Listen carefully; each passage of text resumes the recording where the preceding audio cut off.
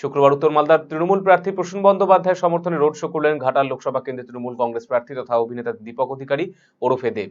এদিন তিনি রতুয়া স্টেডিয়ামে হেলিকপ্টারে অবতরণ করেন। এরপর প্রার্থীকে সঙ্গে নিয়ে হুটখোলা গাড়িতে রোড শো করেন তিনি। উত্তর মালদা কেন্দ্রের তৃণমূল প্রার্থী প্রসূন বন্দ্যোপাধ্যায়কে বিপুল ভোটে জয়যুক্ত করতে সাধারণ মানুষকে ভোট দেওয়ার আবেদন জানিয়েছেন তিনি। প্রবল দাবদাহকে উপেক্ষা করে এদিন দেব দর্শনে জনজোয়ার তৈরি হয় রাজপথে। আসন্ন লোকসভা নির্বাচনে উন্নয়নের নিরিখে এই আসনে জিতবে তৃণমূল কংগ্রেস, এমনটাই আশাবাদী তারকা প্রচারক। এদিন অভিনেতা দেবকে দেখতে সাধারণ মানুষের মধ্যে ব্যাপক উৎসাহ লক্ষ্য করা গিয়েছিল।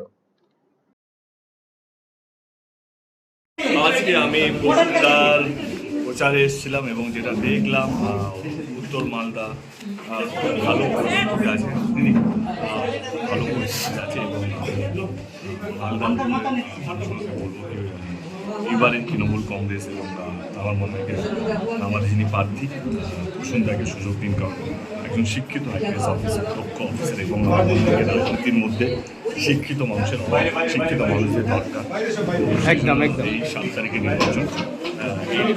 দাদা, একটা সংবোধন করছেন বারবার যে বাইরে থেকে প্রার্থী নিয়ে আসা হয়েছে পুরোজাই বলে, এটা কি বলবেন সাধারণ মানুষকে? আমার মনে হচ্ছে সবাই তো বাইরে থেকে নিয়ে আসছে, এটা তো তৃণমূল কংগ্রেস বলে তো হচ্ছে না। আসানসোল আমরা দেখেছিলাম জিআরএসকে নিয়ে আসা হয়েছিল। আমার মনে হয় দল যেই দলই হোক, আমার দল সবাই যাকে যোগ্য মনে করে সেই জায়গার জন্য সেই দল সেই তাকে টিকিটটা দেবে। এটা শুধু আমার দলে বলে নয়, এটা আমাদের সব দলই কিছু না কিছু আছে।